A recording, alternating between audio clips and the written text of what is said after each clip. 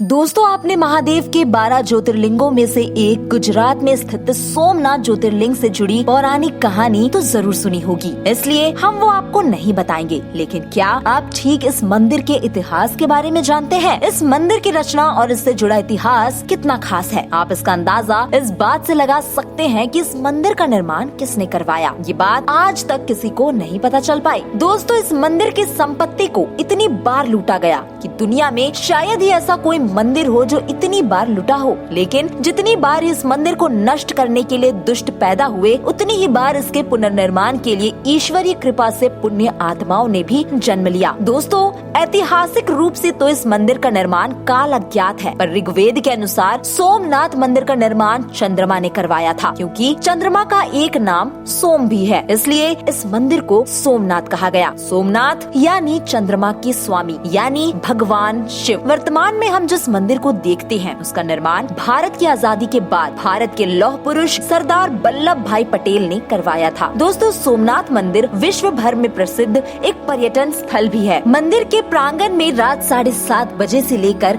8:30 बजे तक 1 घंटे का साउंड लाइट शो चलता है, जिसमें बड़े ही सुंदर तरीके से सोमनाथ मंदिर का सचित्र वर्णन किया जाता है। दोस्तों, ये बात बहुत कम लोग जानते हैं और आपको भी ये जानकर बहुत हैरानी होगी कि श्री कृष्ण ने अपना देह त्याग भी यहीं पर किया था, इसलिए इस जगह का महत्व और बढ़ जाता है। इस स्थान पर बड़ा ही सुंदर कृष्ण मंदिर भी बना हुआ है। अरब के एक यात्री अल बरूनी ने अपने यात्रा वृतांत में इसका वर्णन किया है। गजनी का महमूद 25 दिसंबर 1025 को सोमनाथ पहुंचा था।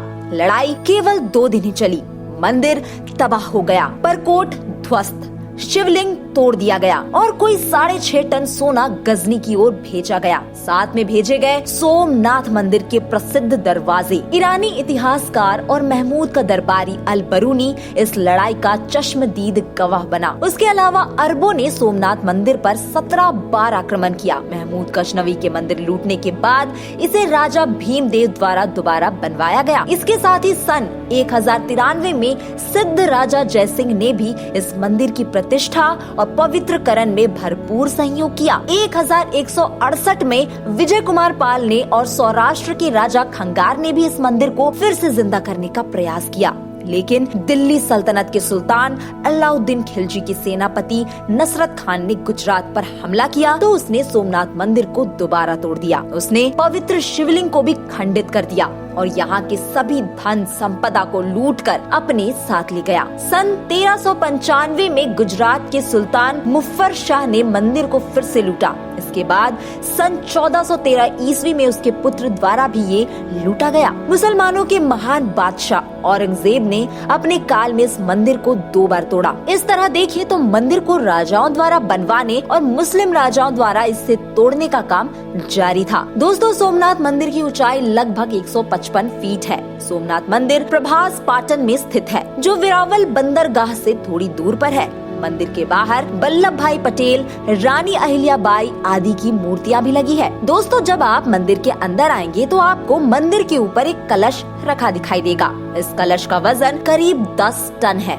यहाँ लहरा रहे ध्वजा की ऊंचाई 27 फीट है और अगर इसकी परिधि की बात करें तो 1 फीट बताई जाती है। मंदिर के अंदर आते ही आपको चारों ओर विशाल आंगन दिखाई देगा। ये मंदिर गर्भगृह, सभा मंडप और नृत्य मंडप तीनों प्रमुख भागों में विभाजित है। दोस्तों, समुद्र के किनारे मंदिर के दक्षिण में एक बाण स्तंभ है जो बेहद रहस्यमय है। ये बाण स्तंभ बेहद प्राचीन है। इस बात की जानकारी किसी के पास नहीं है कि इसे कब बनाया गया था, लेकिन इतिहास की गहराइयों में जाने के बाद 6वीं शताब्दी से बाण स्तंभ का उल्लेख इतिहास में मिलता है। इसके जानकार बताते हैं कि बाण स्तंभ एक दिशा दर्शक स्तंभ है, जिसके ऊपरी सिरे पर एक तीर यानी बाण बनाया गया है, जिसका मुंह समुद्र की ओर है। इस बाण स्तंभ पर लिखा है आसमुद्रांत दक्षिण ध्रुव पर्यंत अबाधित ज्योतिर्मार्ग, जिसका मतलब ये है कि समुद्र के इस बिंदु से दक्षिण ध्रुव तक सीधी रेखा में एक भी अवरोध या बाधा नहीं है।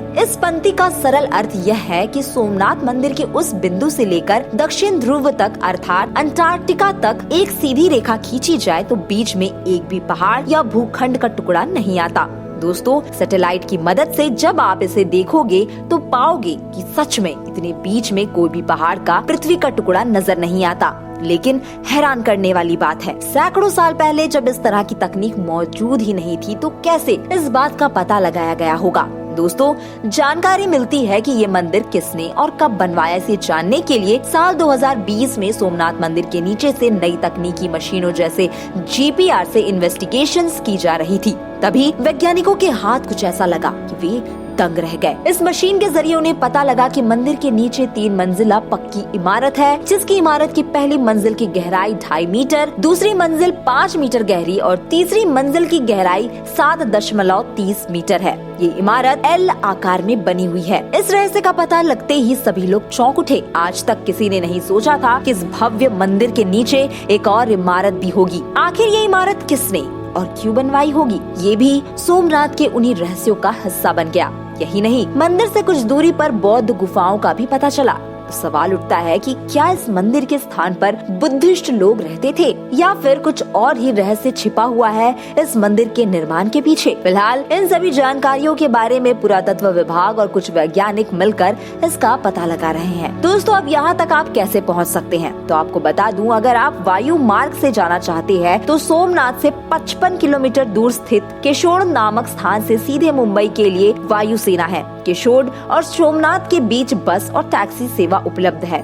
रेल मार्ग के यात्रियों के लिए सोमनाथ के सबसे समीप वेरावल रेलवे स्टेशन है, जो वहां से मात्र 7 किलोमीटर दूरी पर स्थित है। यहाँ से अहमदाबाद और गुजरात के अन्य स्थानों का सीधा संपर्क है। सड़क परिवहन की बात करें तो सोमनाथ वेरावल से 7 kilometre, Mumbai 889 kilometre, Ahmedabad 400 kilometre, Bhavnagar 266 kilometre, Junagadh 85 और पोरबंदर से 122 किलोमीटर की दूरी पर स्थित है। पूरे राज्य में इस स्थान के लिए बस सेवा उपलब्ध है। इस स्थान पर तीर्थ यात्रियों के लिए गेस्ट हाउस, विश्रामशाला, धर्मशाला की व्यवस्था है। साधारण व किफायती सेवाएं उपलब्ध है। वेरावल में भी रुकने की व्यवस्था है। तो दोस्तों, इस वीडियो में फिलहाल इतना ही। मिलते हैं अगले वीडियो में एक नई कहानी के साथ। फिलहाल इस वीडियो को महादेव के भक्तों तक पहुंचाना ना भूले।